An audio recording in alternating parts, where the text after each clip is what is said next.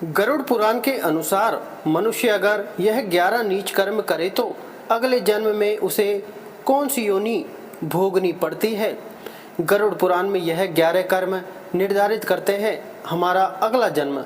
यह तो आप सभी जानते हैं कि जो मनुष्य जैसा कर्म करता है वैसा ही फल भी पाता है। परंतु क्या आप जानते हैं कि हम मनुष्य द्वारा किए गए कुछ कार्य ऐसे भी होते हैं जो मरने के बाद भी हमारा पीछा नहीं छोड़ते हैं। और तो और यह कार्य ही हमारा अगला जन्म भी निर्धारित करते हैं। वैसे गरुड़ पुराण विस्तार से इस संबंध में हमें जानकारी प्रदान करता है और आज हम आपको गरुड़ पुराण से लिए गए ऐसे ही कुछ 11 कर्मों के बारे में बताएंगे जिनके आधार पर मनुष्य विभिन्न प्रकार के पशुओं की योनियों को प्राप्त करता है। तो चलिए जानते हैं गरुड़ पुराण के इन 11 बिंदुओं को मित्र से छल करने पर कौन सी योनि मिलती है। एक, इस संसार में मित्र का रिश्ता बड़ा ही अनूठा होता है। कहते हैं कि एक सच्चा मित्र समय आने पर अपने प्राणों की आहुति भी दे सकता है। किंतु तब क्या होता है जब एक सच्चे मित्र को ही ठगने लगे। वैसे गरुड़ पुराण में ऐसे लोगों के संदर्भ में विस्तार से बताया गया है। इसमें बताया गया है कि जब कोई व्यक्ति अपने मित्र से छल कपट करता है तो मृत्यु के उपरांत उसे नरक तो जाना ही पड़ेगा। साथ ही साथ उसका अगला जन्म पहाड़ों पर रहने वाले गिद्ध के रूप में होता है। उसे मरे हुए पशुओं का सड़ा गला मांस खाकर जैसे तैसे अपना जीवन यापन करना पड़ता है। 2, धर्म का अपमान करने पर कौन सी योनि मिलती है। इस संसार में आपको कई ऐसे व्यक्ति मिल जाएंगे जो अपने धर्म के साथ साथ दूसरे धर्म का भी समान भाव से सम्मान करते हैं। वहीं कुछ लोग ऐसे भी होते हैं जिन्हें दूसरों के धर्म से तो चिढ़ होती ही है, परंतु वे अपने धर्म को भी हीन भावना से देखते हैं। किंतु लोग पुराणों में लिखी हुई बातों को नज़रअंदाज करके अपनी अल्प बुद्धि का परिचय देते हैं। इन लोगों के संदर्भ में गरुड़ पुराण कहता है कि मरने के पश्चात इन्हें नरक तो मिलेगा ही, साथ ही साथ इनका अगला जन्म कुत्ते के रूप में होगा। यह श्वान बनकर अपने स्वभाव के कारण गली गली में भौंकते रहेंगे, परंतु न तो इनकी कोई बात गौर से सुनेगा और न ही कोई प्रतिक्रिया व्यक्त करेगा। फिर जब इन्हें अपनी भूल का आभास होगा तब जाकर यह अपनी श्वान की योनि से मुक्त होंगे। 3, अपनों का अनादर करने पर कौन सी योनि मिलती है। इस संसार में किसी भी मनुष्य का जीवन बिना उसके परिजनों के सहयोग के संभव नहीं है और इसमें माता पिता और गुरुजनों की तो बात ही अलग है। आप तो यह भली भांति जानते ही हैं कि किसी भी मनुष्य को शिखर पर पहुंचने का कार्य केवल गुरु ही कर सकता है। जो व्यक्ति अपने माता पिता और गुरु की अवहेलना करता है या अनादर करता है तो वह मृत्यु के बाद जन्म तो लेता है, परंतु कई बार प्रयास करने के बाद भी गर्भ से बाहर नहीं आ पाता है। गर्भ के भीतर ही उसकी मौत हो जाती है। 4, ज्ञान को न बांटने वाले को कौन सी योनि मिलती है। यह तो आप भली भांति जानते ही हैं कि हमारे सनातन धर्म में ब्राह्मणों का कितना महत्व है। धर्म के अनुसार संसार में कोई भी ब्राह्मण यजमान चाहे कैसा भी हो, चाहे वह भले ही अपनी ओर से दक्षिणा देने में समर्थ ना हो, तो भी ब्राह्मण देवता का यह दायित्व है कि वह अपने ज्ञान से उसका भी कल्याण करे। परंतु यदि कोई ब्राह्मण ऐसा नहीं करता है तो इस जन्म में तो उसकी ख्याति खराब होगी ही होगी, अपितु अगले जन्म में उसे बैल बनकर इस धरती पर आना होगा और फिर उसे आजीवन अपने कृत्यों पर पश्चाताप करना पड़ेगा। 5, चालाकी करने वाले को कौन सी योनि मिलती है।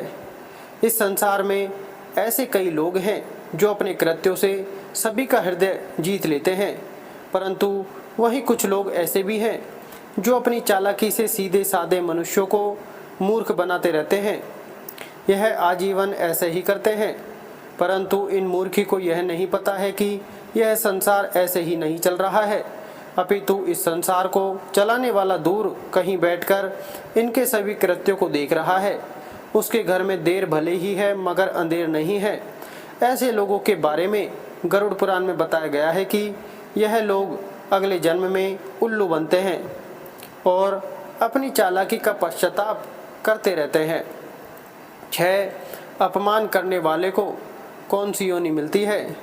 जिस प्रकार सभी पुत्रों का यह दायित्व होता है कि वह अपने माता पिता की सेवा करते हुए अपने दाम्पत्य जीवन का निर्वाह करे, ठीक उसी प्रकार से एक आदर्श बहू का भी यही कर्तव्य होता है।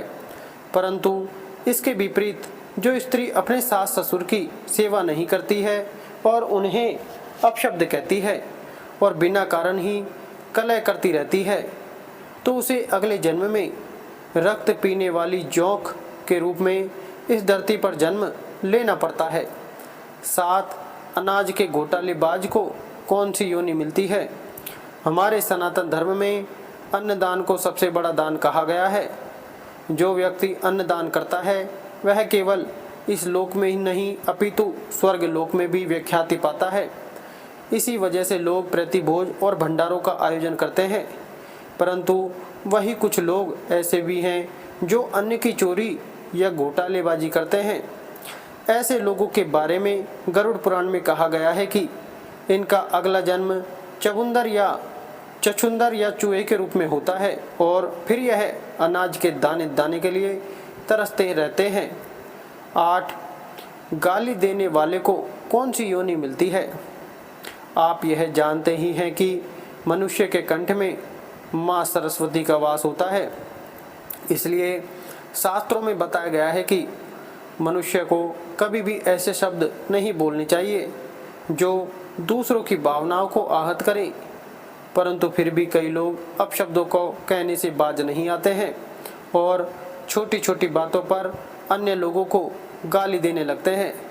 कई बार तो इन्हें तुरंत ही जवाब भी मिल जाता है, परंतु उनकी अक्ल तो तब ठिकाने आती है जब अगले जन्म में यह बकरे के रूप में इस धरती पर आते हैं और यह किसी कसाई के हत्थे छड़ जाते हैं। 9. वासना युक्त दृष्टि वाले को कौन सी योनि मिलती है?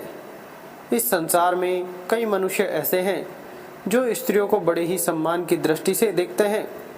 उनके मन में स्त्रियों के प्रति किसी भी प्रकार का विकार उत्पन्न नहीं होता है।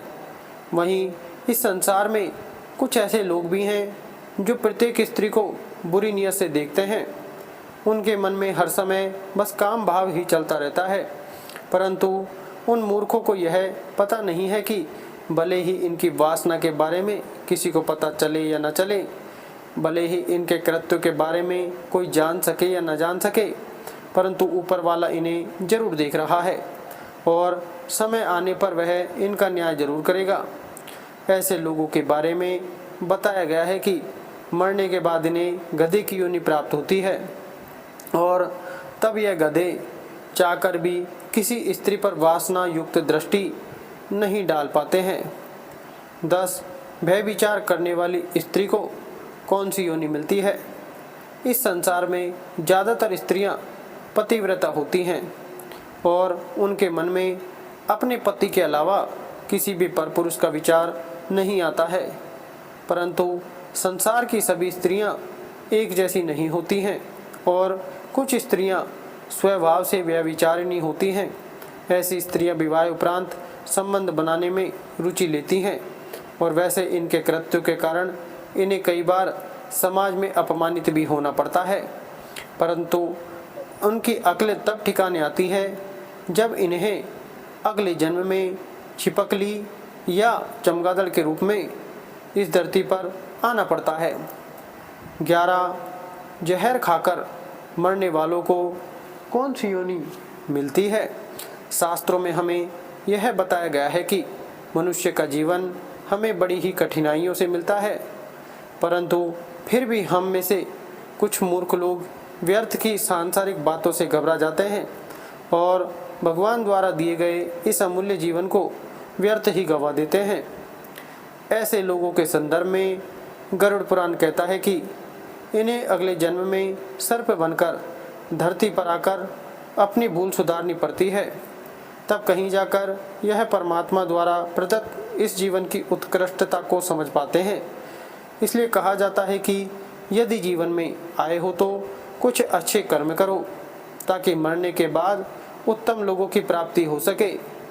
वीडियो अगर पसंद आया हो तो वीडियो को लाइक और हमारे चैनल को सब्सक्राइब करें और अपने दोस्तों के साथ शेयर करें। धन्यवाद।